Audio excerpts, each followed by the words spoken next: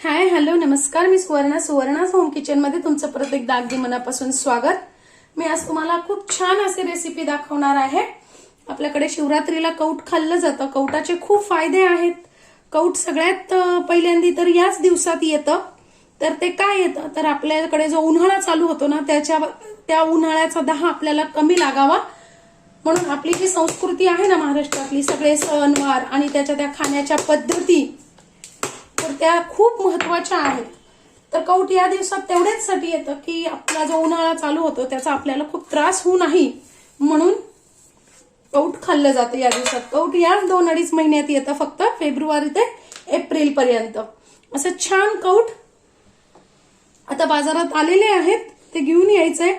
कौट कसं ओळखायचं चांगलं तर कौटाचा जो देठाचा इथे असतो ना तिथून थोडासा वास घेऊन बघायचा आहे। तिथून जर गोड वास आला तर समजायचं कौट चांगला आहे आणि पिकलेला आहे।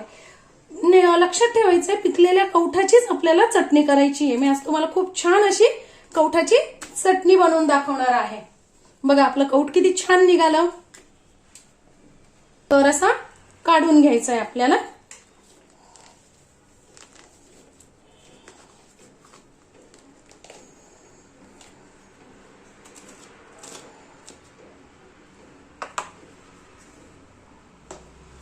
आणि खूप कमी साहित्यात कौठाची चटणी तयार होती। ती खाणं खूप गरजेचं आहे। तर सगळ्या मैत्रिणींनी नक्की करा आणि खा। तर बघा एकदम स्वच्छ असं कौट निघालेलं आहे। याच्या ज्या दशा असतात ना त्या आपल्याला थोड्याशा अशा जाड असतात, त्या दाताखाली येऊ नये म्हणून त्या काढून घ्यायच्या आहे। कौट सगळं नीट बघून घ्यायचंय व्यवस्थित आहे की नाही। बघा आपलं कौट खूप छान निघालंय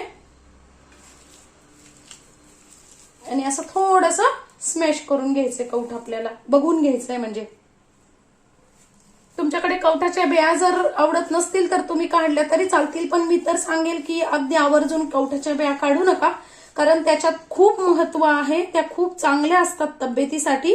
त्यानेच आपल्या शरीराचा दाह कमी होतो आणि रोगप्रतिकार शक्ती वाढते। तुम्ही असंच डायरेक्ट कालवलं तरी चालेल, पण मी मिक्सर मधनं काढून घेते म्हणजे ज्या बिया असतात ना कौटाच्या त्या बारीक होऊन जातात आणि दाताखाली येत नाही। म्हणजे छोटे मोठे सगळेजण खाऊ शकतात चटणी अगदी आवडीने। कौट जितकं आपलं कौट असेल ना तितकंच आपल्याला गुळ घ्यायचा आहे।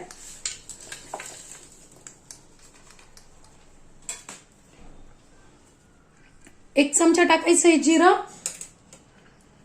1 ते 1.5 चमचा तिखट आणि 1 चमचा मीठ। बस एवढंच सामान लागतं आणि छान चालू बंद करून असं मिक्सर पल्स मोडवर आपल्याला फिरवून घ्यायचंय। खूप बारीक नाही करायची आणि एकसारखं मिक्सर नाही चालवायचंय। तिखटाचं प्रमाण आणि मिठाचं प्रमाण तुम्ही चवीनुसार टाकू शकता। नाही टाकायची कोथिंबीर, जर टाकलं तर कौट लवकर खराब होऊ शकतं म्हणून कोथिंबीर नाही टाकायची आहे। फक्त आपल्याला एवढ्याच साहित्यात छान कौट बारीक करून घ्यायचंय। ही चटणी आरामशीर फ्रीजच्या बाहेर ठेवली तर 8 दिवस टिकते आणि फ्रीज मध्ये ठेवली तर 15 ते 20 दिवस टिकते।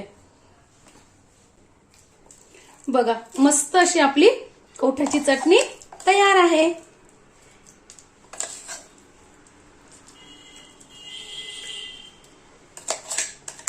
करायला अगदी सोपी पण खूप बहुगुणी अशी ही चटणी आहे। या जेव्हा जे फळं येतात ना की जे त्या वर्षभरात एकदाच येतात ते नक्की खावे सगळ्यांनी। खूप गरजेचे आहे शरीरासाठी आणि मुलांनाही द्यावे। ही चटणी तयार आहे। आता मी तुम्हाला खूप छान अशी अजून एक रेसिपी दाखवणार आहे, ती म्हणजे मसाला ताक। मसाला ताक म्हणजे आपल्याला हे उपवासाचं मसाला ताक बनवायचं आहे, ज्याला आपण मठ्ठा पण म्हणतो।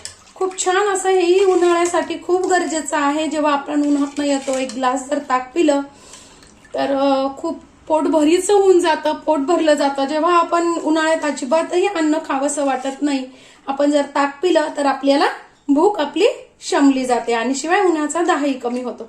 तर तुम्ही ही पण रेसिपी खूप छान, रोज उन्हाळ्यात ताक पिलं तरी छानच आहे। तर त्यासाठी आपल्याला लागणार इथे 2 हिरव्या मिरच्या, या कमी तिखट आहेत, 1 इंच आलं घेतलेलं आहे आणि 1 चमचा जिरं। तुमच्याकडे जिरं खात नसाल तर तुम्ही स्किप केलं तरी चालेल. आणि जिरं खात असाल तर जिऱ्याची पावडर नका टाकू, असे जिरे बारीक करूनच टाका. त्याचा जो वास येतो ना तो खूप छान येतो. ते हे सगळं आपल्याला पहिल्यांदा मिक्सरमध्ये बारीक करून घ्यायचंय. 1 चमचा टाकायचं आहे मीठ, 1 ते 1.5 चमचा मीठ आणि 3 ते 4 चमचे साखर. तुम्ही साखरेचं प्रमाण कमी अधिक करू शकता, कारण ताक तुमचं किती आंबट गोड आहे त्यावर डिपेंड आहे. घरचं ताक असेल तर साखरही कमी लागते. जिरं आलं बारीक करून घेतलेलं आहे ते सगळं त्यात टाकून घ्यायचंय आणि फक्त 5 मिनिटासाठी हे असंच आपण जो मसाला टाकलाय तो त्यात भिजू द्यायचा किंवा मुरू द्यायचा आहे. म्हणजे त्याचा जो वास, जो स्वाद त्याच्यात उतरेल, त्याची सगळ्या याची चव त्या ताकात उतरेल. म्हणून 5 मिनिटासाठी आपल्याला हे झाकून ठेवायचं आहे.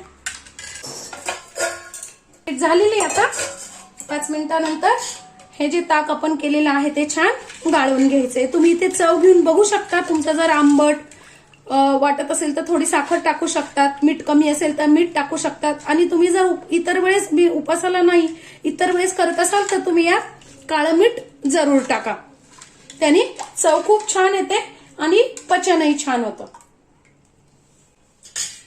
आता छान हे ताक आपल्याला गाळून घ्यायचंय. म्हणजे जे आलं मिरची आहे ते आपल्याला पिताना घशात अडकणार नाही आणि ठसका लागणार नाही. पुन्हा द्यायचे, तुम्ही नंतर भाजीला वापरू शकता. आपल्याला थोडीशी कोथिंबीर, बघा कोथिंबीर बारीक चिरायची आहे म्हणजे पिताना घशात अडकणार नाही. बघा मस्त असं ताक आपलं तयार आहे. मी तुम्हाला दोन्ही खूप उपयुक्त अशा रेसिपी दाखवलेल्या आहेत. तुम्ही नक्की करून बघा. आपलं ताकही खूप छान झालेलं आहे आणि चटणी पण अप्रतिम झालेली आहे. ही याच दिवसात केली जाते तर तुम्ही नक्की ट्राय करा. खूप छान अशी चटणी तयार होते. आणि माझी आजची ही रेसिपी तुम्हाला कशी वाटली ती कमेंट्समध्ये नक्की सांगा. चॅनलला लाईक, सबस्क्राईब आणि शेअर करा. धन्यवाद.